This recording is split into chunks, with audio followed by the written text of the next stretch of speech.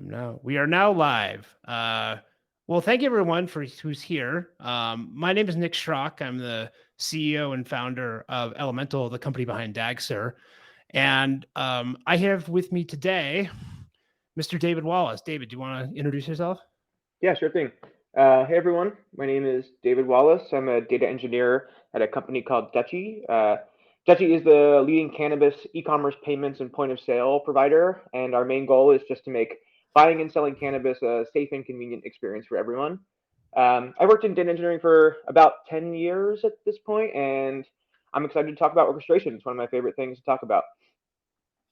Cool. Yeah, and a little background. I also introduced myself. I get a little bit of background. I spent the bulk of my career at, well, it's increasingly less true thing to say, but bulk of my career at Facebook from 2009 to 2017.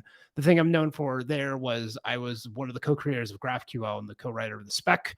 And then I left and I went to start, I didn't end up, my goal wasn't to start this company, but I ended up getting really passionate about this problem and then founded Elementl with the purpose of bringing Dagster into this world. But so today I'm going to be interviewing David, and we're going to chat about orchestration. And what we believe, David and I are in the same team here, so to speak, that orchestration is pretty central to modern data platforms. But I don't think that's a universally held view. And I think it's like interesting to discuss orchestration in the context of this emerging, people call it the modern data stack, but there's a whole new generation of tools that people are adopting, and it's very exciting. And we're figuring out how to position orchestration and its future place in the world. But I guess I want to step back. And David, my first question is that at your previous role where we first met you used the term data platform in your title. You were a data platform engineer, and people use that term a lot. They say, oh, there's a data platform. But it's kind of one of those, it when you see it things. But how do you define that term, and why does a company need it? Yeah, that's a good point. I do think that, admittedly, the term data platform does seem to be applied quite loosely sometimes. But I actually think there's good reason for that. I think it's because the definition of a data platform, in my eyes, is actually pretty fluid, sort of like you alluded to, and also just very much in its infancy as well. We are still figuring out exactly what a data platform looks like, right? In my personal view, from my experience, a data platform tends to be this sort of like loosely coupled modular collection of components whose collective purpose is to allow data teams to basically just productionalize and operationalize data assets. That's like the core goal of a data platform. And the term data asset is intentionally vague in that context. I think when most people hear data asset, they think of something like a table in a database or like a file in cloud storage. But when I'm referring to data assets in a data platform, I can mean anything from a table in Snowflake to a Looker dashboard to a Kafka stream to even something like a machine learning model version being deployed behind an API. These are all examples of data platforms in my eyes, and data assets. Yeah, that's very close to kind of how we're kind of zeroing in on a definition. And to me, the unique challenge of a data platform, or when something becomes a data platform, is when you're dealing with data outside of its original context. So like you've kind of like ripped it from the internet or from its original SaaS app or something, and all the software that usually defends that data is gone. It's just gone, and all you have is just the raw data, and you have to kind of like reconstruct the software around it. And that makes dealing with a data platform actually more like a manufacturing process where you're getting these inputs into the system and you don't have control over them. You have to figure out how to make kind of useful widgets out of them. And I think that has a lot of interesting implications. You know, so you've built two data platforms that I know of. At Good Eggs and Dutchie. Tell me your process for spinning up data infrastructure. Another way to ask this is that if you were to build another one from scratch, how would you approach that process wise, and what technology decisions would you make and when? Yeah, that's a good question. I think that it's really dependent on the company's immediate needs when it comes to data assets. But the way that I tend to approach building data platforms is sort of like a hierarchy of needs kind of problem. Um, as we all know, the bottommost layers of like this hierarchy of needs covers things like, is the data in a queryable location that's like suitable for analytics, or is our data clean and transformed in some kind of usable state that's ready for analytics, or are the data assets that we need, are they delivered in a place that's suitable for consumption by downstream stakeholders, things like that. I think once you start to figure out those bottom layers of that hierarchy of needs, as far as like making data assets available to people in a queryable location, that's when you can start moving towards building the more advanced structures of the data platform. Um, I think a lot of people sort of put the same emphasis on those bottom layers as I do, which is something that's interesting because I don't think it's a surprise that a lot of those like basic needs that I just described are being now fulfilled by popular tools in the modern data stack, right? These tools are aiming to fulfill those bottom layers of the hierarchy of needs the same way that everyone else does. But like I said, once you start to move past those basic layers of fulfillment of those basic needs, and you start to move into territory of needing data assets to become things like operationalized or used in production, then I think it's time to start introducing something like orchestration into the platform. Got it. It's interesting. So you use the term modern data stack. It is a oft discussed term, much like a data platform. It's a know it when you see it type thing based on who you talk to. How do you define that term? Yeah, you and I have talked about this before, but I think the modern data stack is more of a philosophy or more of a mindset than anything. In practice, what the modern data stack tends to be is this sort of like tapestry of modular off-the-shelf tools that sort of just like coalesce to make this holistic data platform architecture, right?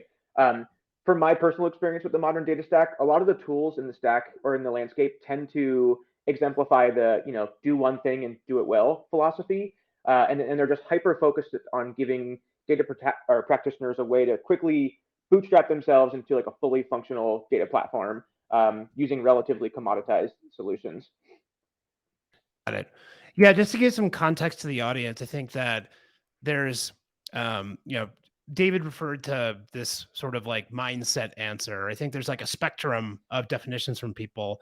Some folks really define it as a very specific set of tools that's very specifically oriented around the analytics engineering use case, meaning that you you spin up an ingest tool like Fivetran or Airbyte, you ingest data into a cloud data warehouse. There's DBT, there's a BI tool, and there may be reverse ETL, and that's it. And they each have their own schedulers, and they're infrastructureless as much as possible and built for the cloud. And that's like one definition. The other definition is that, effectively what's happening here is that people are building up data infrastructure again from the ground up, operating under new constraints. So like the world's more complicated, data is becoming a software engineering discipline. The cloud is built in from day one, and people are betting on managed services. And in that context, there's kind of new philosophies where you use managed services and you have this sort of engineering mindset, and that's what David's referring to. So like I think like people's definitions. I've heard also like if you're in the modern, Ben Stansel famously said, if you're you're part of the modern data stack if you're a data tool that launches on Product Hunt. That was another definition. I've heard it described as an emotional state. So it all depends, but effectively,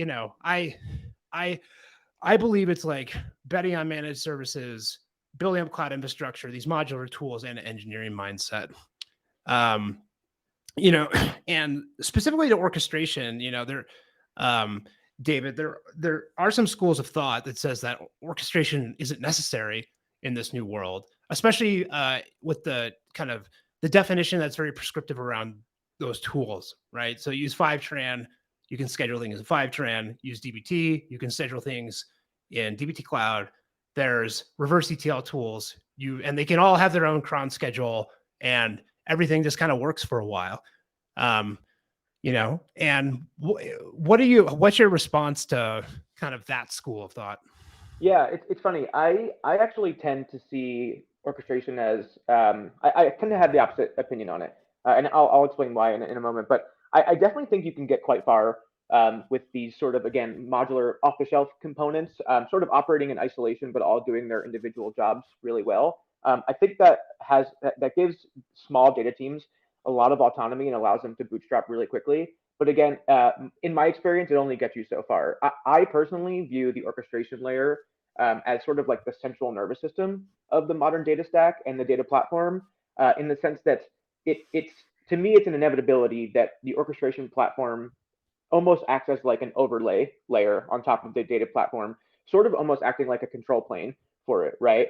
But what I mean by that is there's an inevitability in building a complex data platform where all of a sudden one day you need all of these bespoke or components to interact with one another and become aware of each other's existence, right? And in addition to that, you'd like a single pane of glass to serve as like the view into the web of your components within the platform, right? That is the kind of purpose that I see the orchestration layer performing. And again, because of that, I see it really as like the control plane of the data platform. Got it. Can you give an example of, um, where you start needing like more kind of custom components, to use your term, in terms of like you need to write some Python, to do, or write some non-SQL compute to do something. Like, what's kind of a like example of that? Yeah, there's a pretty classic example that I had at my previous job, and this is a good operational example as well, where at my previous job on a data platforms team, we were effectively responsible for ingesting data from a variety of temporary staffing agencies, right? What this looked like in practice is a number of isolated staffing agencies manually filling out Google Sheets, telling us when temporary employees were on the job, basically filling out timesheets, right?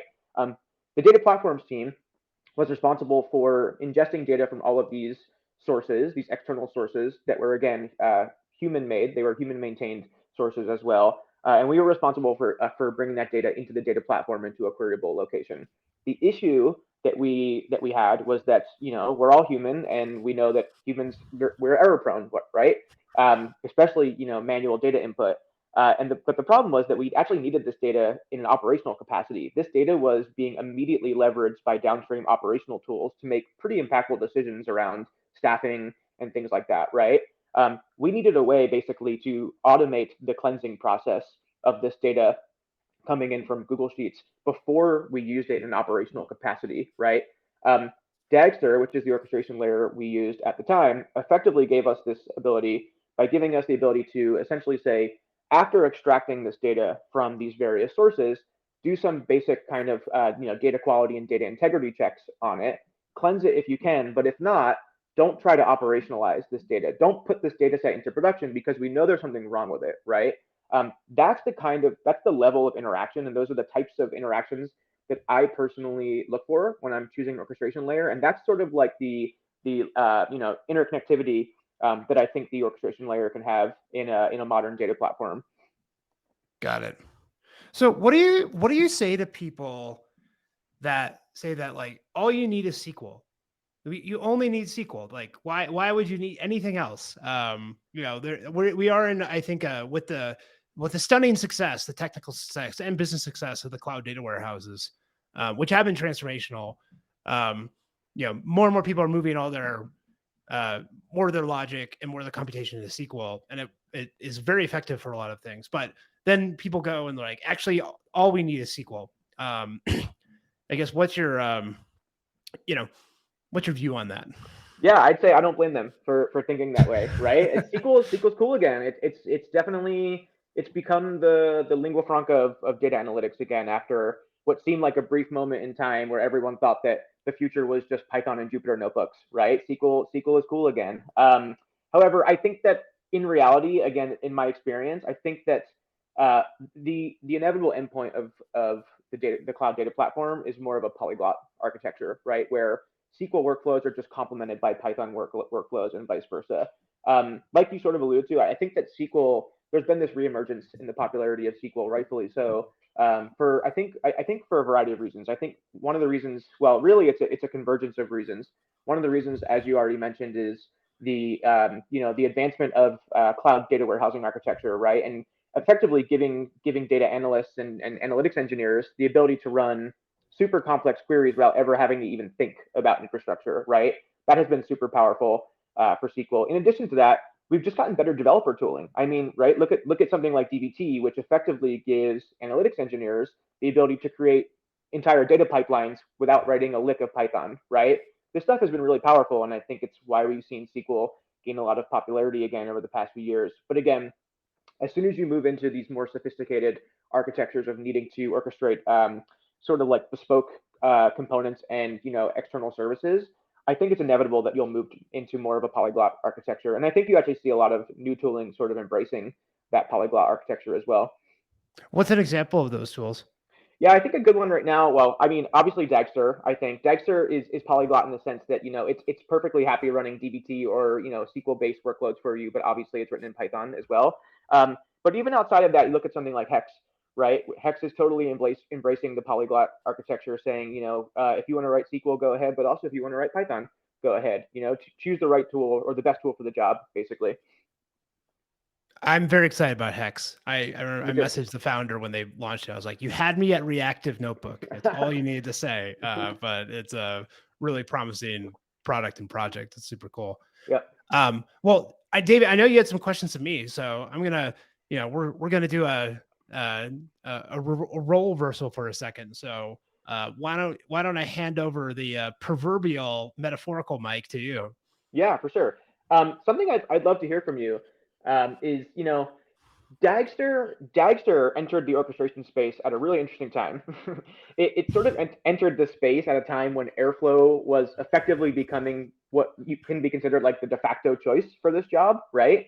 So I'm curious, like, what even motivated you to throw your hat in the ring, and how do you sort of see the orchestration landscape changing over the next couple of years?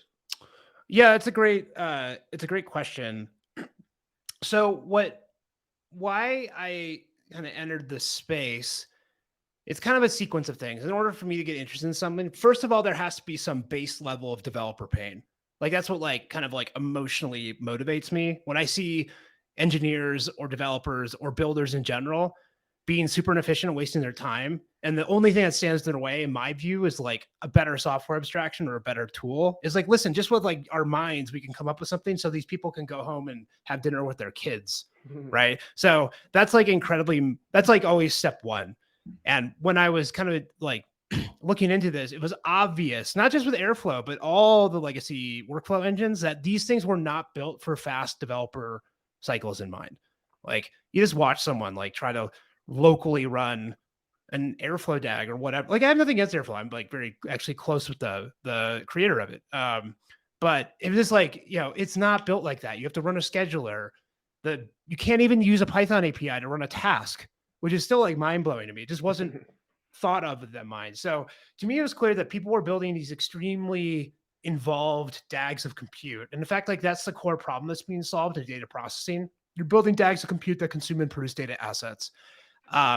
And the complexity of the DAGs are outstripping the ability to effectively manage them in a productive way within Airflow. But then, the other thing that really attracts me to problems are these technologies that are a strategic lever in an organization. And to me, the DAG, the logical graph, especially of compute, was a clear leverage point where, in order, any stakeholder that's creating a data asset has to interact with it at some level because all data comes from somewhere and goes somewhere. And it was like, it is the thing that has to work in order for data assets to be updated and produced. So it's this natural central system of record and leverage point. And what I saw was like a bunch of software artifacts that had like no metadata, no self-description, like weren't queryable with APIs, weren't the basis of a platform for tool building, et cetera, et cetera. And it really, the developer experience, the only thing that I'd seen worse was like web development prior to, late 2000s, prior to React and TypeScript and the browser's getting better. And then the DAG as a central leverage point, I really pattern matched that against GraphQL, where GraphQL ends up being this kind of like central leverage point between the client developers and the server developers, where you can kind of manage all of your data in the client server context with a software abstraction. So those two things kind of combined. I was like, oh, this is like an incredibly important problem. And I was super motivated about it because as I dug into the space, like these data platforms control data assets that are essential to the functioning of our society, right? They are the basis of nearly all business decision making and all automated decision making and machine learning frameworks. These are the systems that determine who has loans and not, who gets approved for a mortgage. And it needs to be well understood and managed and well engineered. And that was not the case at all when I investigated it. So it wasn't more about like airflow or Kubeflow or what these existing systems. It was just kind of like looking at the system, at the space holistically and being like, in my opinion, like this is the leverage point that we can really have a ton of impact to improve the functioning of these, how well functioning these systems are. Yeah, that's a really interesting point. I can definitely attest to the fact that over the past like 5 or 7 years, it does feel like the stakes have raised when it comes to delivering and productionizing data assets, but the tooling has definitely lagged behind. That's a really good point. Um, you kind of touched on this a little bit, but I'm curious. As a Dagster user myself for the past few years, one of the things that seems to really set it apart from other orchestration frameworks in the space is there seems to be this intense focus on like ergonomics and developer productivity within the tool, right? And I'm just curious, what made you think that this was an area worth investing a lot of time in? Um, one, so on a tactical level, it's a great way to get adoption. But I really do think that the prime challenge of the data era, the modern data era, is the management of complexity. And I, if the last 10 years of data infrastructure was dominated by the era of big data. So, Hadoop led to Spark and then the cloud data warehouses, all that was all about being able to effectively even be able to compute on these large data sets, and do it in a way that's accessible by analysts and whatnot. And effectively with the rise of BigQuery and Snowflake and the maturation of Databricks' tech stack, the big data problem has been conquered. Um, and now, like, the challenge is managing the complexity of these platforms. And I think there's like a couple schools of thought of how to attack that.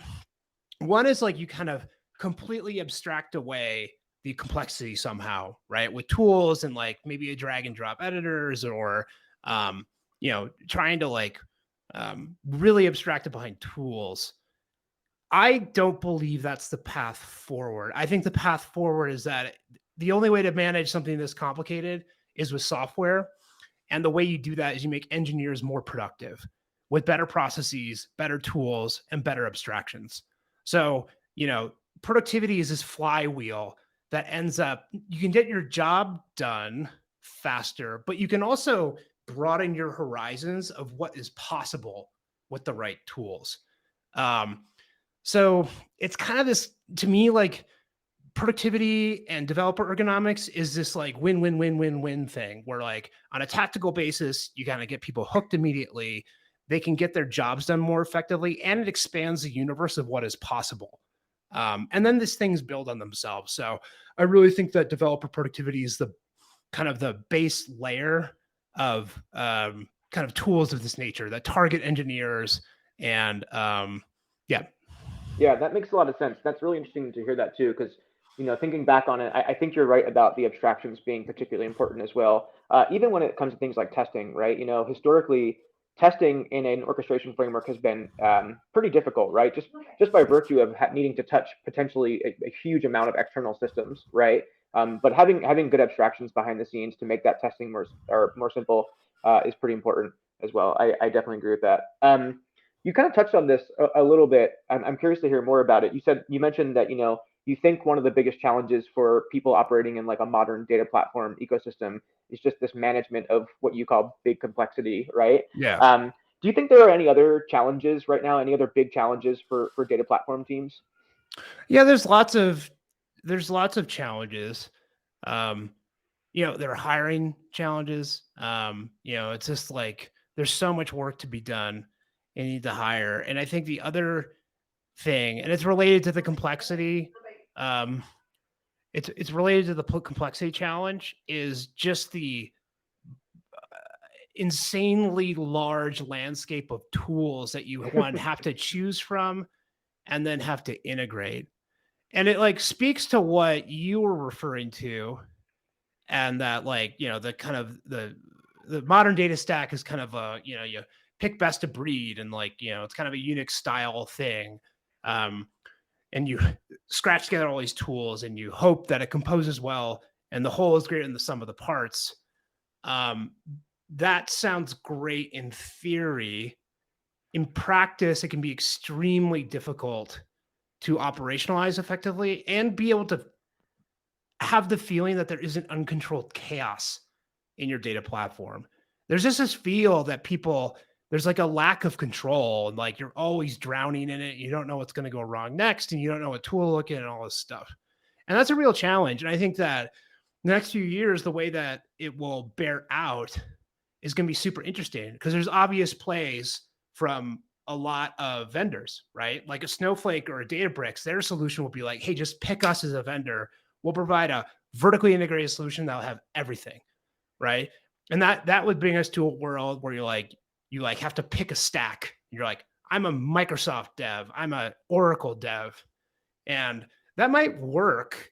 I'm not a particularly fan of that future, but it's a perfectly valid approach.